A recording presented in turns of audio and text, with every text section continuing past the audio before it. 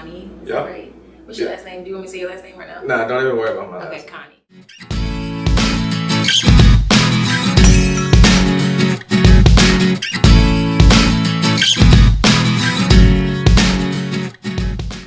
Hi guys, welcome back to another episode of Breaking Cycles. Today we are here with Konny. He is the owner, CEO of The Colony.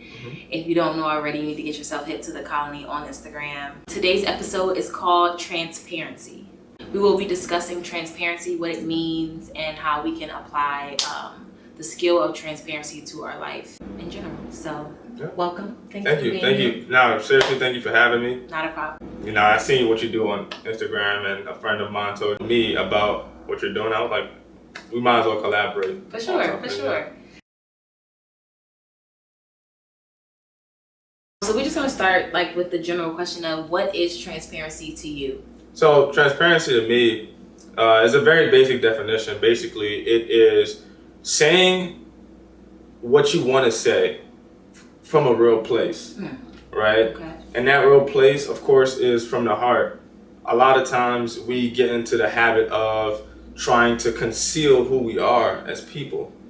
But transparency is just basically saying what's on your mind from a real place. I'm not saying to be disrespectful, or you don't have to say everything on your mind, but as long as the words that come out of your mouth is from a real place, that's being transparent. And it's really as simple as that. Yeah, and I like how you mentioned it's not about being disrespectful, because a lot of people, who are very candid, I would say, who are very transparent, have the tendency to be borderline disrespectful. I have a good friend, I should call her out. She's a very transparent person, which is why I like her and love her, and we've been friends for over 10 years. But the thing about her is that sometimes that mouth get real slick.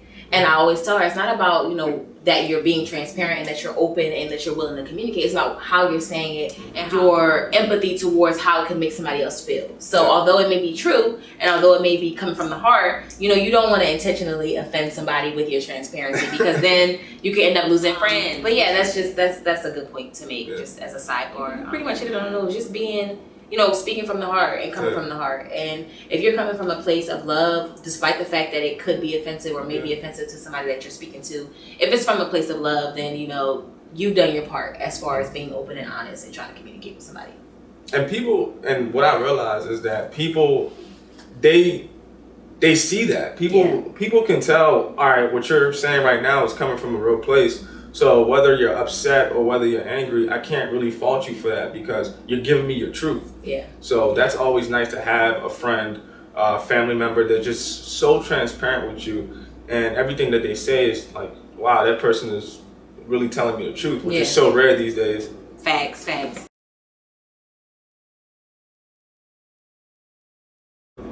So we've all heard, let me adjust myself a little bit. We've all heard the phrase, the truth shall set you free. Yeah. And part of me agrees with that.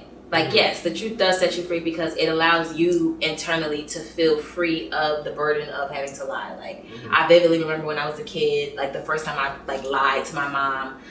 I always tell this story. So I was the transition between elementary, so maybe 5 or 6, and I stole a fruit roll up from this girl. A fruit roll up I didn't have, and I wanted it. I needed that. So the libido kicked in. And it was what is it, the libido? Yeah, the libido kicked in to the id, if you know. It's which means I want what I want when I want. And so I stole it because I wanted it. It was no other reason other than that. So, of course, the lady at the daycare knew that it wasn't, I didn't have it and it wasn't mine or whatever. So she's like, did your mom pack this? I'm like, yep, my mom packed this for me. And, it's mine. So the girl, Christine, whose fruit roll-up was looking for her fruit roll-up. So she told my mom. Long story short, my mom kept asking me, did you take the fruit roll-up? Did you take it? I'm like, no, I didn't take it. Finally, after the interrogation was just too much for me, and I was just like, you know what? I took it. And there you have it, Mom. And she said to me, and I'll never forget, she said, I'm not beating you because you took the fruit roll up. I'm beating you because you lied about it. Yeah. So that was kind of my introduction into... My mom would have done both. The truth should set you free. Because then on, I was like, you know what? It's not even worth the hassle, because one, moms always find out stuff. Yeah. I don't know how. It's like a... Intuition, man. Bruh, it's like a superpower. Once you become a mom, you know stuff about your kids. And instinctually.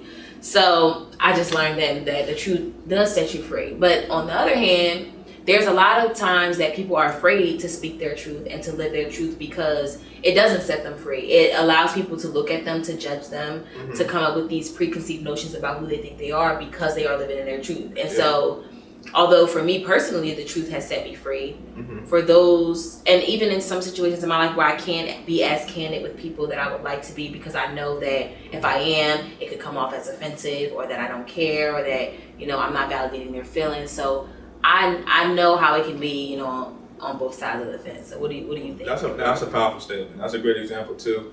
But me, I'm 100% with the truth will definitely set you free. Okay. Because the truth, even though the truth does set you free, nobody ever said that truth is gonna feel good.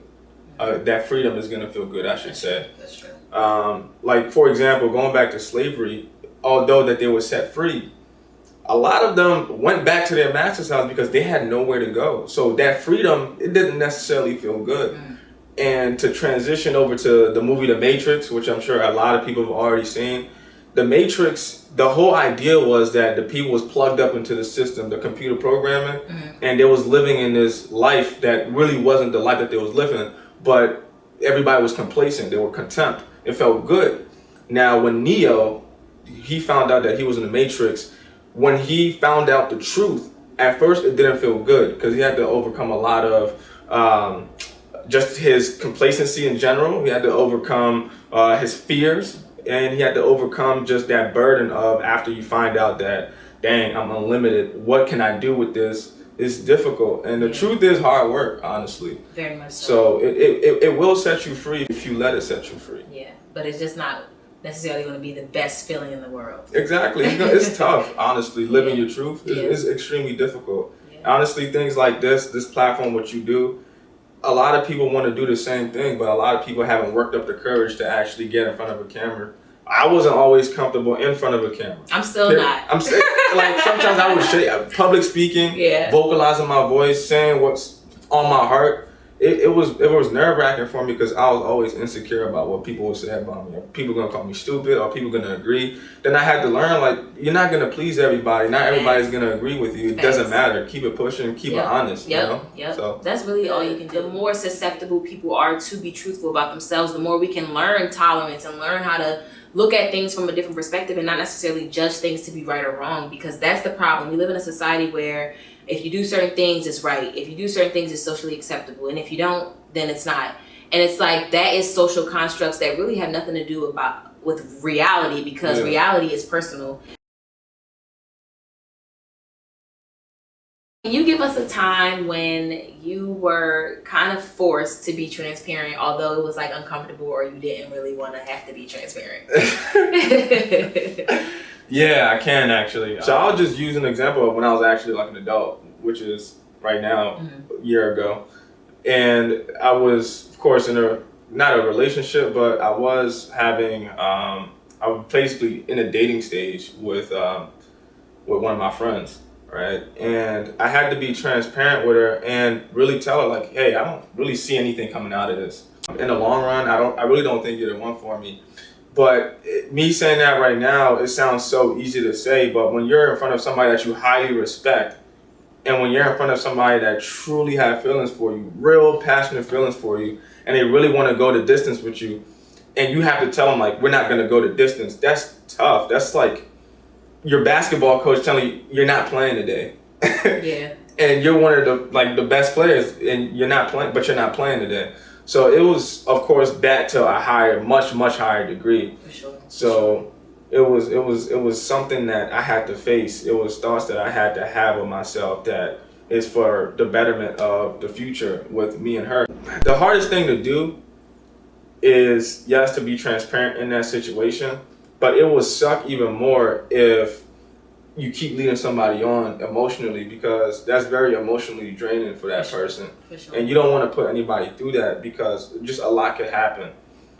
When your mind is not in the right place, that could really ruin somebody's day, week, month, however long you want to extend it. So I've already had prior experiences with things like that, even dating back to college. So I already knew how it was going to go. So I knew what I had to do, even though it was tough, and I really didn't want to do that. So that's how that went. How about you? Plot twist. I would say just, being transparent with myself as far as things I needed to work on in regards to how I think. For example, I'm that type of person where I say everything that I feel and then you can give me back whatever it is that you want. Some people don't communicate like that. Some people don't like that. They don't like that transparency. They don't like it. It almost comes off as if I don't care about how what I said would have made them feel, when that's not the case. But I can understand now, based on that transparent moment that I had with that family member, that, I had to be transparent with myself too. Like, I can come off a little overbearing in many cases. And, I have to be mindful of when I'm bringing up sensitive information, that especially if it could be sensitive for the other person, I have to be conscious of, are they ready to even talk about this? Are they in the mental state to handle what I'm about to give them? And I have never, up until that point, really taken that into consideration wholeheartedly. I might have, been like, why would they be offended? Or like, I didn't mean it that way. And instead of really looking at it like, when I sent that message, this person could have been going through whatever they were going through at that time. This person could have probably never wanted to address some of the issues that, I brought up. So it's like, that transparent moment allowed me to be transparent with myself, because then I had to think back on certain type of instances where I may have come off a way to other people. Yeah. And so that was a real eye-opener, and allowed me to take some time to reflect, to say, okay, when I'm communicating with people, although my transparency may be A1 for me, I have to make sure that it's conducive with the style of their communication style. I have to make sure it's conducive with their mental state at the time. And I also have to make sure that they get where I'm coming from before just throwing everything out there. I could have just said, hey, I think this is a great opportunity. Come on the show, talk about what you want to talk about, and then not follow up with, and by the way, for all these years, I felt like da da da da, and I think that this is our opportunity to kind of talk that out and da da da. Yeah. And it's like, I never for once was like, is this person at work? Is this person going to read this and read my words and misconstrue what I'm saying because I'm sending it in a text message? This is something that could be had face to face. And so, a lot of strategy goes into being transparent. For sure. So when you are being transparent, for those who are watching, you have to be sure that your transparency doesn't overpower the level of transparency another person has, because everybody's not on the same page mentally, emotionally, all that. So yeah, that's just a short version of an example of gotcha. Yeah. So as a Black man, and specifically a man from Nigeria, for those who didn't know, you are from Nigeria. Yeah. Why do you feel that Black men have issues with being transparent, specifically in regards to topics like sexuality, childhood traumas, emotional state? Like, the best example I can give is, a lot of times I hear Black men say, it's cool, I'm cool, everything's cool, when really that's not the case. When really they're pissed off, when really they're angry, when really they're sad, when really they've been offended. Depressed. And that level of concealment is, to me, what inhibits Black men from being much more whole. That's a fact. Yeah. So go ahead. Let me know what you think. Oh man, that's honestly a powerful question. There's no secret to it. There's really a lack of transparency just in the Black community. Well, specifically speaking, as a Black male, and that really dates back to like modern day slavery. It probably even further than that. It's just, there was a huge lack in resources to be a Black person, specifically be a Black male. In the community, we didn't have property. We had property stolen from us. We had our own personal businesses burned down by white counterparts. So it was just a lack of, we don't have the resources to do certain things or to be an upper echelon, right? And that mindset goes down for generations. So because we had nothing, right? Subconsciously, we still feel like we have nothing. Right? And it's more so like, we have to understand that there is a bigger hand at play, right? There's a much bigger hand at play. The Black male is easily one of the most feared species ever, right? Ever. We have to understand there's a lot of power that we have, right? And just to circle back with transparency, we are taught to be tough. We are taught to put on a front. We're taught to don't smile when you're in certain places. Like, that's ridiculous. We are just taught many things that really we're basically taught to hide, right? Hide the real you, right? We're just taught to do that because of the image that we have to continue to portray as just being tough, right? We're taught to be fighters, not lovers. And that's just the sad truth of it. And that transparency is just missing, right? Those conversations aren't had in the household. That when you say conversation, that's what I was waiting on, because we're not talking about this kind of stuff. Exactly. Women talk. Women are known to be naggers. Women, you see your mom growing up and your mom is the only one talking to daddy's just chilling, watching football. Growing up, I don't have any examples of a black man coming to me and speaking to me about anything emotional. I know my father didn't. And most Nigerian fathers don't. Of course not. Being a Nigerian, we're taught that the man works. You work, you keep the house, you keep the roof over the head. The house don't gotta work, but the roof still gotta be there. You know what I'm saying? Go to work, make the money, and that's it. And that's the only conversation that we'll probably have with our fathers, right? Even looking at as a kid, looking at the marriage, it's like, all right, that's the role that my dad is playing in this house. So I'm gonna probably be playing the same role. My dad never talked to me about sex, insecurities, what's going on in your life, depression, none of that stuff. When he's talking to me, it's money. You got money? Do you need some money? Money. Like it's nothing related to emotion. It's all physical. It's all tangible things that we're talking about. Hey, was that bill paid or something like that? And it's really deeper than that. We have to take initiative as this generation that's having kids now. We need to understand that there's conversation that must be had. Absolutely. I have a little cousin that's living with us now for like 2 years now. She's 15 years old, 10th grade.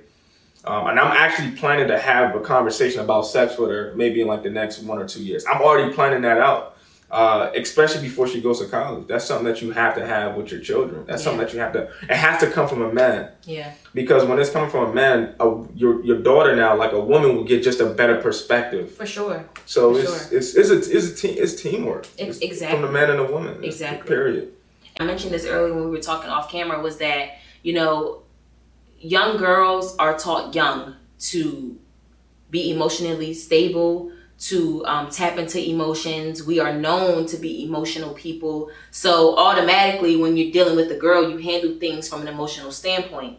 When it comes down to boys, young boys, especially young black boys, when things happen, when situations happen, it's like brush it off. Be tough. Be a man. Man up. This is being told to young boys. So when these young boys grow up to be teenagers, how are they taught to handle things with compassion and care when as young boys they never had that?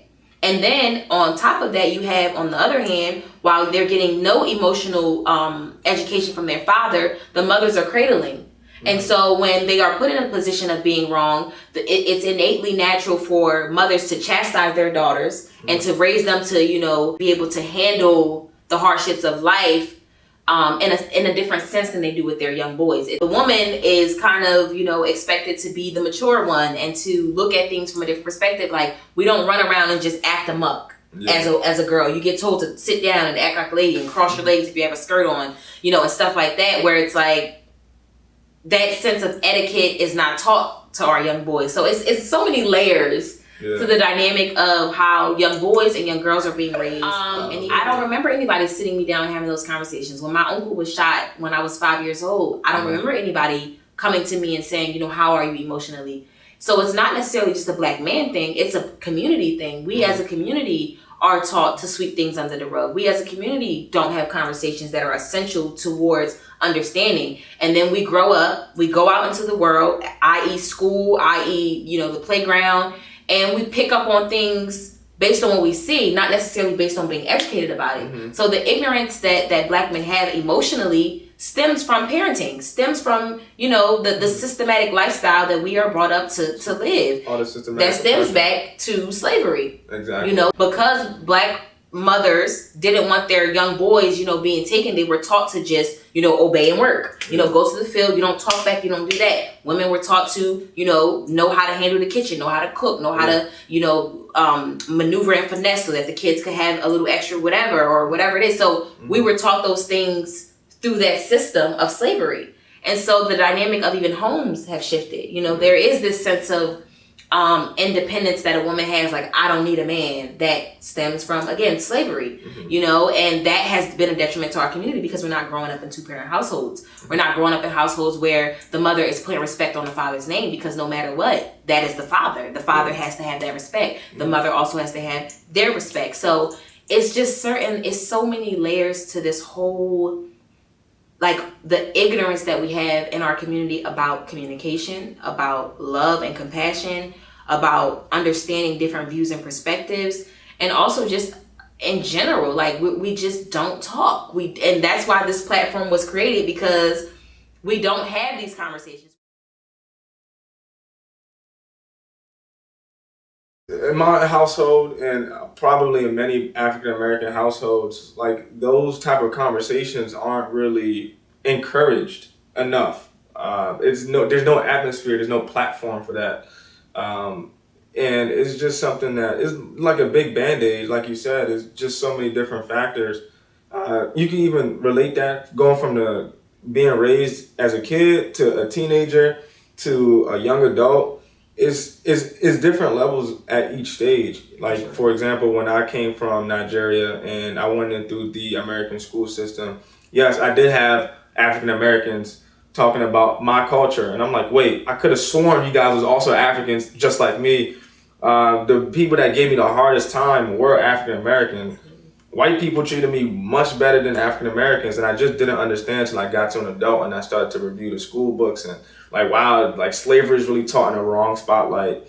African culture is really just taught in just a false spotlight. Facts. And that in itself it kind of creates like a mirage. It creates a shell, and we're all trying to hide in that shell.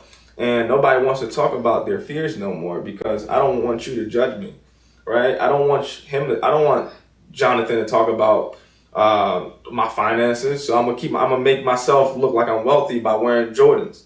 Period. When I'm home broke and crying for money and asking for money, I'm gonna go and buy a $28,000 car just so I can look like I have money, right? So that's just many things that we all do to just cover up who we really are and how we really feel about different type of situations, about ourselves. And it's so important to be transparent about everything, just because you don't want to have that sitting on your shoulder for so long. Think about the people who are 55 years, 60 years old, and they still got their insecurities on their shoulder. That's probably going to be super duper heavy versus when you're 24 years old. Most of us, most of our communities, most of our grandparents, most of our parents are still dealing with traumas and still can't really authentically walk out into the world and be happy because they're living up to the standards of their cultures and the communities that they come from. You even look at, for example, Nigerian cultures, which I'm fairly familiar with, living up to the dynamic of thinking about what other people in the culture in the community are going to think, like, oh, this person, they didn't graduate school, oh, this person didn't get married, and it's like, it's crazy. Even looking at people on the outside who are not the person that's insecure or not the person that hasn't dealt with their issues,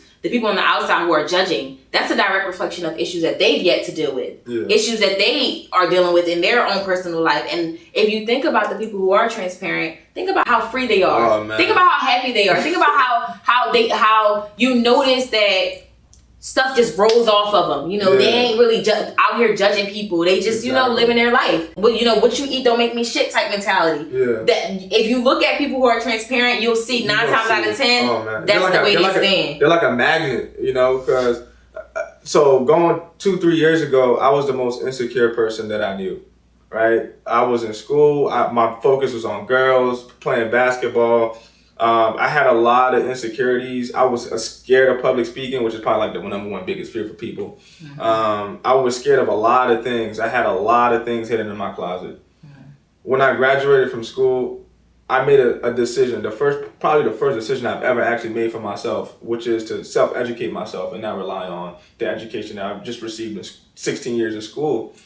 And I decided that the first thing I was going to look for not a job, right? Not a girlfriend. I'm gonna look for who I really am, and that really got me to start the whole decolony thing because I was just so compelled after I learned so much about myself.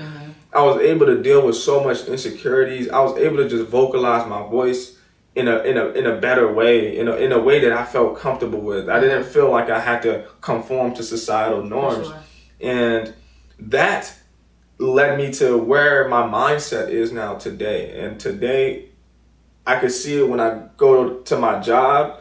I'll just walk into the room.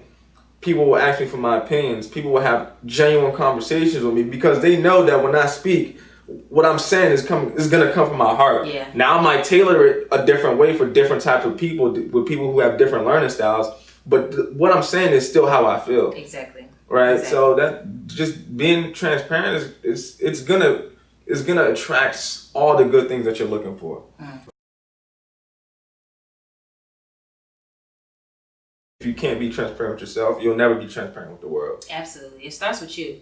If you can't, because the thing about it is, it's even okay. Like, there are some people who are on their journey and they've yet to get to a point where they want to be transparent with other people, but they're transparent with themselves. That's the first step. You have to look at yourself and be like, yes, I am this way. I am crazy. I do need to work on my attitude. I do, you have to look at yourself and actually not think of yourself as having everything figured out, because no matter what level you are, you never have it all figured out. There's always something about yourself that you can do better at. There's always something, that needs working on there, and there's always room for progress. So that transparency, it starts with identifying, like you said, who you are, what it is that you want out of life, who you want, like, other people to remember you as, because you really get one journey, and it's like you really find out what it is that you brought to the world at a person's funeral. You see exactly, how people really felt about the person. Did people show up? Are people at a loss because this person is gone? And unfortunately, we do live in a society that, people realize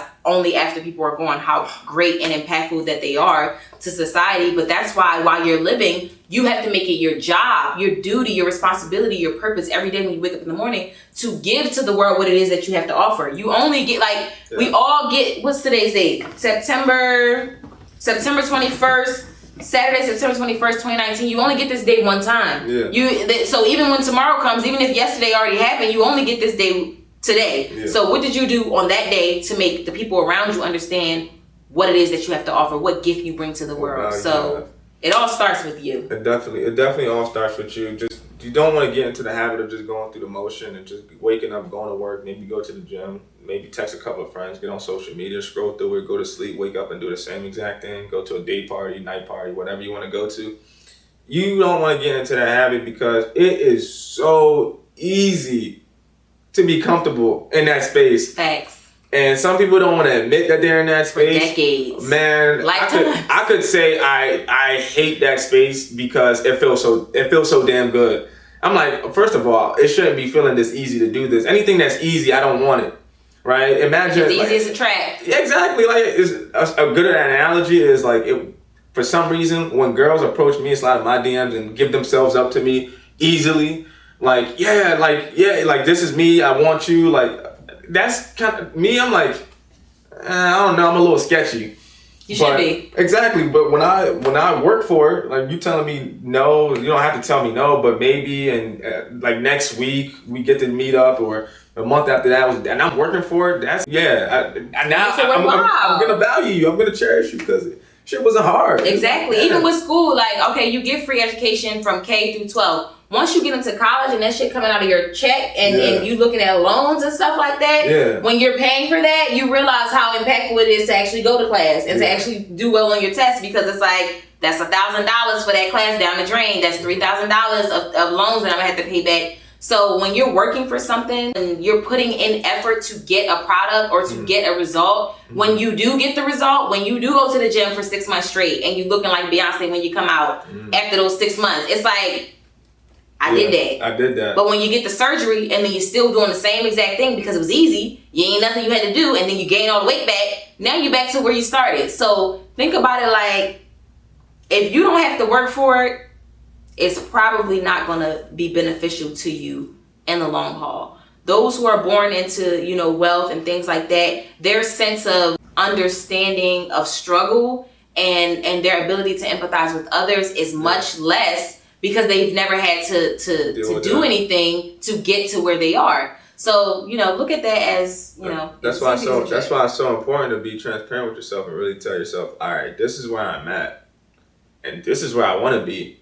And I'm really willing to do anything I need to do to get there. And whether it's networking, whether it's grinding, working harder, whether it's making new friends that's going to get me to where I need to be, or whether it's just being transparent with people on what I want. Have you ever networked with somebody and they're beating around the bush on what they really want from you, and it's so annoying? Like, yo, just say you want, just say you want to do this. I'm waiting for you to say you want to do this. For sure. Yeah, it's just be transparent. It's difficult. It's a difficult road. And it's not even gonna take a day. It's not gonna take weeks. It's not gonna take months. But it's a process, and it's a process that's difficult. And once you achieve what you want after working so hard, it's gonna feel so much better. You're not gonna relapse. That's why people, for example, people get the surgery, right? Instead of just working out, get liposuction. That's not changing your habit. You can't get a surgery on a habit.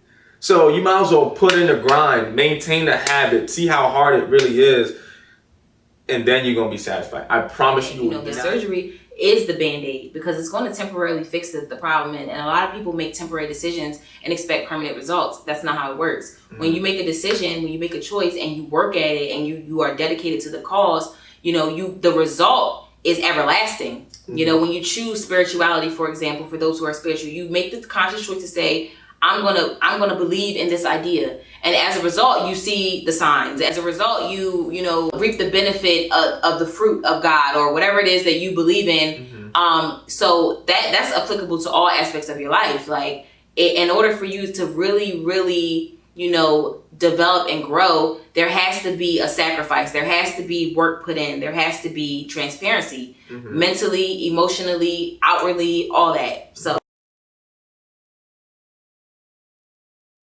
What is one thing that you can think of that you haven't told anybody about yourself that you would like to tell people?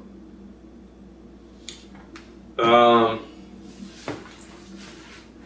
man. I would say I'm an open book. Okay. Like, no secrets. Yeah, I don't really have any secrets, to be honest. That was so long ago. Like, that's history at this point. Even with the Konny, like, the whole point of it is so it helps me address my personal insecurities, and I feel like I've done a great job of that. So, and my social medias is public. Like, I do speaking in front of the camera all the time. I even wrote a poem about my own personal insecurities and read it like in front of the camera on Instagram. Okay. So I really don't have nothing to say that I haven't already said. How about you? I am a very emotional person. I cry a lot. I'm sure you told people that before. No, people really, I've told a couple people and people don't believe me, but I mean, publicly, I've not told people that I cry a lot. Like, people would consider me a crybaby. Like, it's really bad because I can watch Grey's Anatomy and cry like 4 times in one episode. But that's the sidebar. But like, just generally, like, when things are bothering me, if I'm angry, I cry. If I'm like frustrated, I cry. Like, it's a way for me to release my emotions. But it also pisses me off because I don't like to cry. So I have no control over it. So it's like, I hate crying, and I hate because, especially if it's in front of people, it's like I'm looking weak, and I'm not weak. I'm just releasing these emotions, and that's the best way I can release them. Yeah. So it's like, it pisses me off when I'm like crying and I can't control it, because there are times when I'm crying and I'm not sad. Yeah. It's not a sad feeling. It's just a release of negative emotions. So I guess that's a secret. That's interesting. You didn't know. Well, I guess I could say that I could be obsessive over. I'm obsessive too. Yeah, I could be obsessive over concepts, ideals, if you will. Okay. For example, let's use my job as an example. If there's something that I need to learn for the job, I'm gonna obsess over it. Of course, we could do it at work, learn it at work. I'm gonna go home, I'm gonna go hard. I'm gonna sit. I'm gonna have a pen. I'm gonna be crazy. I'm gonna have a pen, a notebook. I'm gonna write a bunch of stuff down. I'm gonna write different ideas, different concepts. I'm gonna go to sleep with it on my mind, consciously, right? I'm gonna go through great lengths to learn something. Okay. And it don't even be that serious. It could be like learn how to upload an Excel document to website, and it's like I was trying to learn how to do like online shipping one day. It took me a week. I took myself to like a week course. Like, yeah, I could be obsessive. Okay, well. Yeah, thank you so much for coming to talk. This was a great combo. When it comes down to transparency in general, I just feel like, you know, everybody's on their own path throughout this life, and everybody's in their own stage of becoming transparent or understanding what it is to be transparent with yourself first, but then with others. And I think that once we all just, you know, take away what's going on around you, take away, you know, who's around you, the environment that you come from, the social norms that have been established and put into our brains unconsciously or consciously, and really just look at, you know, who are you? You know, what do you want out of this life? Are you happy? Who do you surround yourself with? You know, how do you spend your time? And once you start answering those questions, it'll start opening up a lot of doors for you to be able to be transparent with things that you want to fix, be transparent with things that you've neglected to address as a child, a teenager, a young adult, whatever, so forth. And it'll also give you an opportunity to be transparent with, you know, what it is that you're going to do to move your life forward, whether that be to adjust yourself to your friends and, you know, change the dynamic of the company that you keep, whether it be to start, like you said, you know, picking up books and reading leisurely, if that's a word, leisurely. Who cares? You know, whatever it is that you want to change as far as your habits and behaviors and thought patterns to elevate yourself to higher heights. Because, you know, the problem with us is that in our community is that we talk about a lot of problems, and we're constantly going over the eons of problems that comes with being from the hood, with, you know, having little to no financial resources, and we spend so much time focusing on the problems that we never actually take the time to think about or work on solutions. And as a result, we stay stagnant for generations. And that's really the sad truth that I've seen personally in my life, but also as a consensus in the Black communities across the nation, from, you know, ghettos and hood communities and impoverished communities. To wrap all of this up, be transparent with yourself first, and then you'll see exactly how that transparency will allow others to embrace you and accept you exactly for who you are, so that when you do walk out of the house every day, you're going out as yourself and not as the person that other people are expecting you to be. And once you get to that level of acceptance, self-acceptance and self-love and self-motivation, then, you know, everything really will fall into place. So it don't really matter where you're from or how much you have, you know, you will, you know, get the most out of this little life that we have, because life is about this short. So you might as well not with these nails, I forgot. I ain't get my nails done today like I was supposed to. The last thing I would say is just how to be transparent. There's not really a single step or multiple steps that you can take to be transparent. I would say it's just questioning yourself a lot of times. Try to get into the habit of catching yourself when you're not saying your truths, or when you're not living your truths, or when you're doing stuff for other people that you really didn't want to do, but you still did it. And it's like, is this my truth? Is this my life right now? Just try to understand and question yourself when you do that. Because when you question yourself, it's going to lead to answers. Yep. Period. Subscribe to thecolony.com. Yes, I'll put the thing at the bottom. Instagram at King Konny. Business Instagram at The Colony. And yeah. Yeah. Shout out to The Colony. Shout out to Breaking Cycles. Shout out to you all. If you haven't, like, share, subscribe, all that good stuff. And yeah, we'll be back again talking about some more real shit.